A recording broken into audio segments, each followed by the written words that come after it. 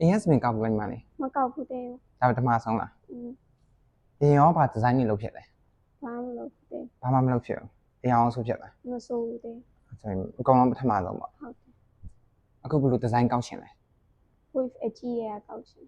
ဝေးအကြီးခဲ့ ဟုတ် အဲ့ဆိုရင်တော့အကိုကစပင်တော့ညှက်ရမယ်နော် ဟုတ် ဒါတော့တော့ညှက်ရမယ်ပြီးရင်အကောက်ဆိုရင်တော့ပုံသွင်းရမယ်နော်